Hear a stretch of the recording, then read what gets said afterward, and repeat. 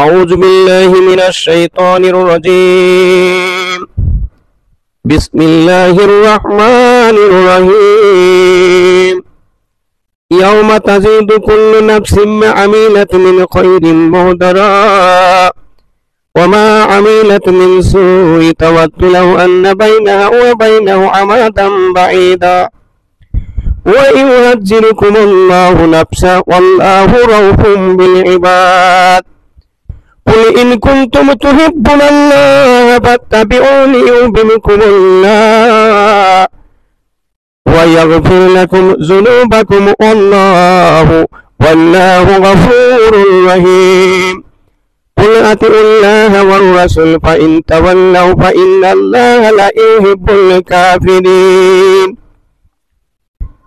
কাছের ও দূরের দেশ ও বিদেশের সম্মানিত মুসলিম ভাই ও বোনেরা, আসসালামু আলাইকুম।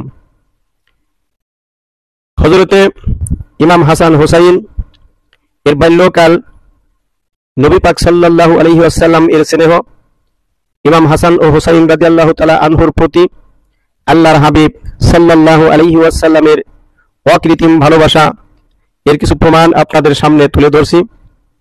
নবী পাক সাল্লাল্লাহু আলাইহি ওয়াসাল্লাম তৎকালীন সময়ে সমস্ত শিশুদেরকে, ছোট ছোট ছেলে মেয়েদেরকে অত্যন্ত আদর করতেন। হযরতে হাসান ও হুসাইন রাদিয়াল্লাহু তাআলা তো তার দৌহিত্র, এদের প্রতি আল্লাহর হাবিবের স্নেহের কোনো প্রকার কমতি ছিল না। ইমাম হাসান হুসাইন আল্লাহর হাবিবের কলিজার টুকরা ছিলেন। হাদিস শরীফে এসেছে, নবী পাক সাল্লাল্লাহু আলাইহি ওয়াসাল্লাম নামাজের সিজদায় গেলে হাসান বা হুসাইন নবী পাক সাল্লাল্লাহু আলাইহি ওয়াসাল্লামের পিঠের উপর চড়ে বসতেন।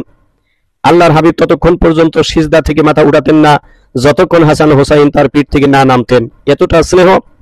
এত স্নেহ করতেন নবী পাক সাল্লাল্লাহু আলাইহি ওয়াসাল্লাম। একদা হযরত হাসান রাদিয়াল্লাহু তাআলা আনহু একটা ঘোড়ার পিঠে আছেন। হযরত ওমর রাদিয়াল্লাহু তাআলা আনহু বলতেছিলেন, ইয়া রাসূলুল্লাহ সাল্লাল্লাহু আলাইহি ওয়াসাল্লাম, ঘোড়াটা অনেক সুন্দর। আল্লাহর হাবিব বললেন, হে ওমর, তুমি তো শুধু ঘোড়াটিকে দেখলে, কিন্তু ঘোড়ার পিঠে যে সওয়ার হয়ে আছে সে কত সুন্দর, সে কত মহান, তা কি তুমি জানো? হযরত ওমর রাদিয়াল্লাহু তাআলা আনহু বললেন, ইয়া রাসূলুল্লাহ, আপনি জানিয়ে দিন, আপনি জানালে আমি জানবো। আল্লাহর হাবিব বললেন, হাসান হুসাইন জান্নাতি সমস্ত যুবকদের সর্দার হবে। হাসান এবং হুসাইনের যে মর্যাদা, এটা অত্যন্ত মহান, আল্লাহ তাআলার কাছেও অত্যন্ত মর্যাদার অধিকারী। সেই দিন হতে হযরত ওমর রাদিয়াল্লাহু তাআলা এবং অন্যান্য সাহাবায়ে আজমাইন হাসান হুসাইন রাদিয়াল্লাহু তাআলা আনহুকে এত স্নেহ করতেন, শুধু স্নেহ না, সম্মানে, হাসান হুসাইনের সম্মানে সাহাবায়ে আজমাইন দাঁড়িয়ে যেতেন। একবার খলিফাতুল মুমিনিন হযরত ওমর রাদিয়াল্লাহু তাআলা আনহুর সময়ে, যখন 36টা প্রদেশের প্রেসিডেন্ট হযরত ওমর রাদিয়াল্লাহু তাআলা আনহু, সেই সময়ে ওমর রাদিয়াল্লাহু তাআলা আনহুর ছেলে আব্দুল্লাহকে কথা প্রসঙ্গে হঠাৎ করে হযরতে হাসান রাদিয়াল্লাহু তাআলা আনহু বলে উঠেছেন, গোলামের বাচ্চা গোলাম। এতে আব্দুল্লাহ বিন উমর অত্যন্ত কষ্ট পেয়ে হযরত ওমর রাদিয়াল্লাহু তাআলা আনহুর কাছে চলে গেলেন। আব্বা, আমার একটা নালিশ আপনার কাছে। আপনি তো কত বিচার করেন, একটা নালিশ। বাবা, বলো তো কিসের বিচার করব, তুমি কিসের নালিশ নিয়ে এসেছো?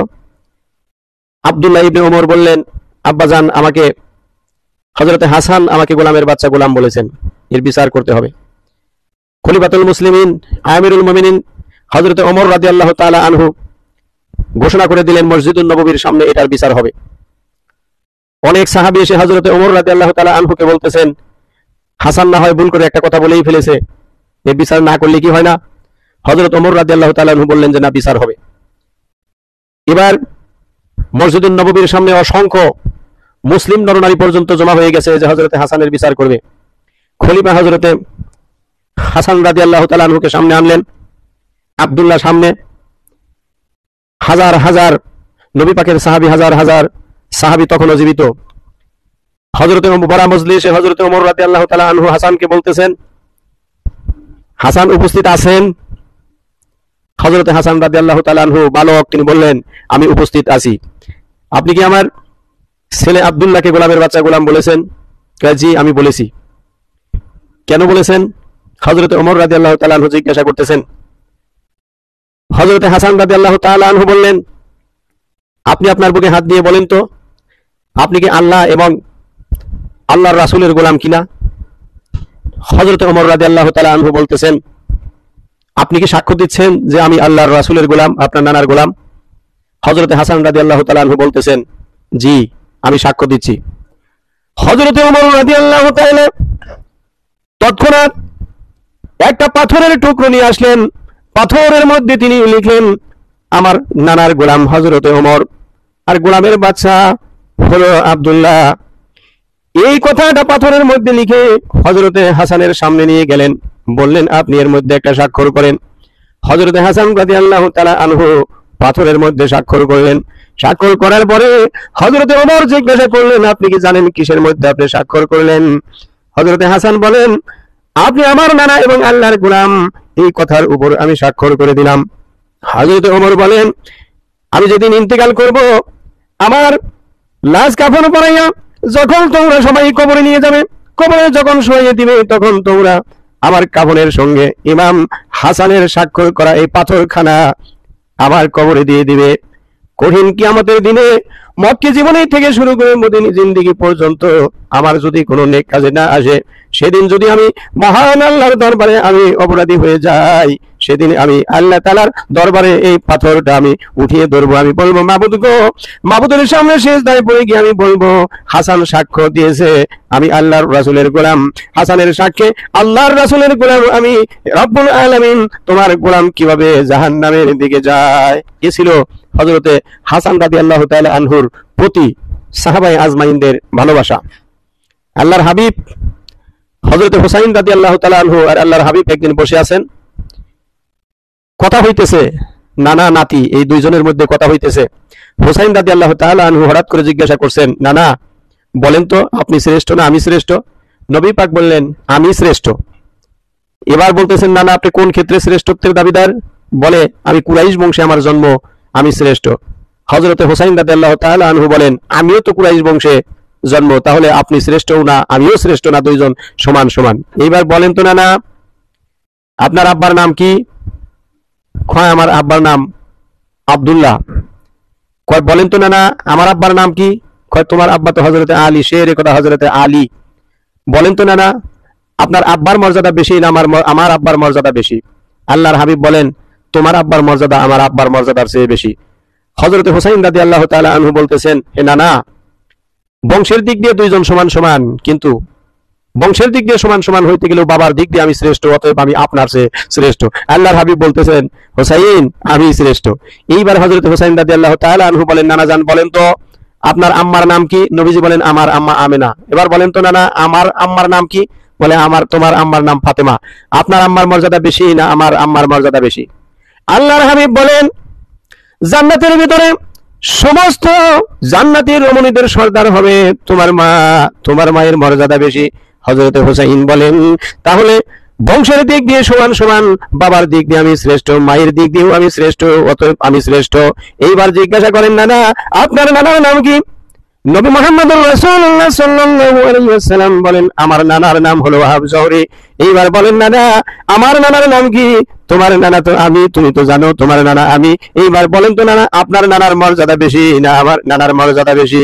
হযরতে হুসাইন রাদিয়াল্লাহু তাআলা আনহুকে সঙ্গে সঙ্গে আল্লাহর হাবিব কোলে তুলে নেন, সুমো দিতেছেন। এর মধ্যে হঠাৎ করে জিবরাইল আমিন আসেন। জিবরাইল আমিন এসে বলতেছেন, ইয়া রাসূলুল্লাহ, ইয়া হাবিবাল্লাহ, আপনার সঙ্গে আমার একটু কথা আছে।